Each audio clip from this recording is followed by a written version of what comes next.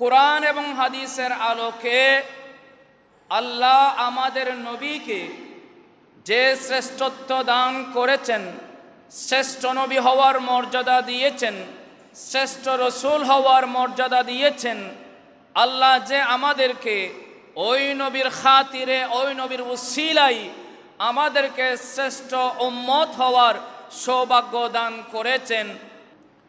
তিলকার রুসুলু ফাদ্দালনা বা'দাহুম আলা বা'দিন মিনহুম মান কাল্লামাল্লাহু ওয়া রাফা'a বা'দাহুম দারাজাত। আল্লাহ বলছেন, তিলকার রুসুলু, আমি আল্লাহ পৃথিবীতে যত নবী যত রসুল প্রেরণ করেছি, ফাদ্দালনা বা'দাহুম আলা বা'দিন, একজন নবীকে আরেকজন নবীর উপরে, একজন রসুলকে আরেকজন রসুলের উপরে আমি আল্লাহ মর্যাদা দিয়েছি, সম্মান দিয়েছি, মর্তবা দিয়েছি। আবার এই রসুলদের মাঝে এমন কিছু রসুল রয়েছেন, মিনহুম মান কাল্লামাল্লাহু, যাদের সাথে আল্লাহ খুদ নিজে কথা বলেছেন। একটু জোরে বলুন না সুবহানাল্লাহ। ওই রসুলদের মধ্য থেকে এমন কিছু রসুল রয়েছেন, আল্লাহ বলেন মান কাল্লামাল্লাহু, যাদের সাথে আমি আল্লাহ কথা বলেছি। যেমন মূসা আলাইহিস সালাতু ওয়াস সালামকে কালিমুল্লাহ বলা হয়। কেন? যেহেতু তিনি সরাসরি আল্লাহর সাথে কথা বলতেন। সুবহানাল্লাহ।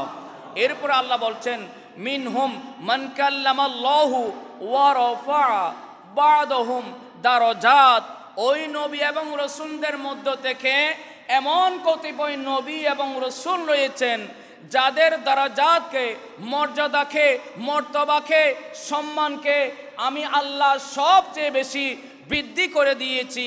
ওই রসুলদের মধ্য থেকে যিনি আমার হাবিবুল্লাহ, যিনি আমার জানের জান, ওই রসুলের নাম হচ্ছে আহমদে মুজতবা মুহাম্মদে মুস্তাফা সাল্লাল্লাহু আলাইহি ওয়াসাল্লামা।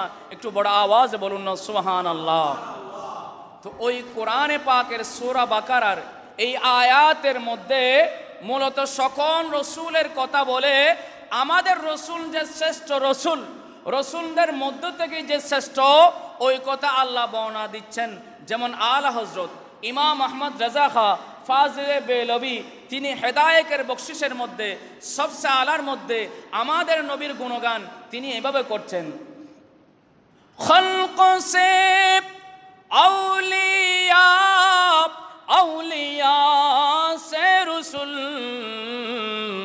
और रसूलों से आला हमारा नबी, सबसे आला आला हमारा नबी, सबसे बाला।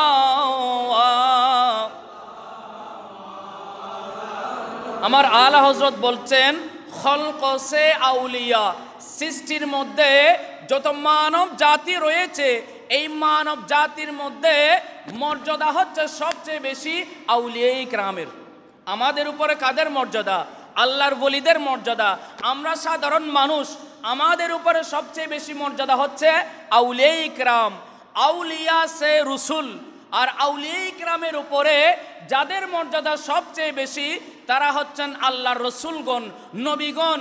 আলা হযরত বলেন আর রসুলু সে আলা হামারা নবী, ওই রসুলদের মধ্য থেকে আমি আল্লাহ যাকে সর্বোচ্চ রসুলের সম্মান মর্যাদা দিয়েছি তিনি হচ্ছেন মুহাম্মদুর রাসূলুল্লাহ সাল্লাল্লাহু আলাইহি ওয়াসাল্লাম।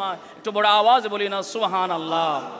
তাহলে আমাদের রসুল সকল নবীর সেরা, আমাদের রসুল সকল নবীর সেরা।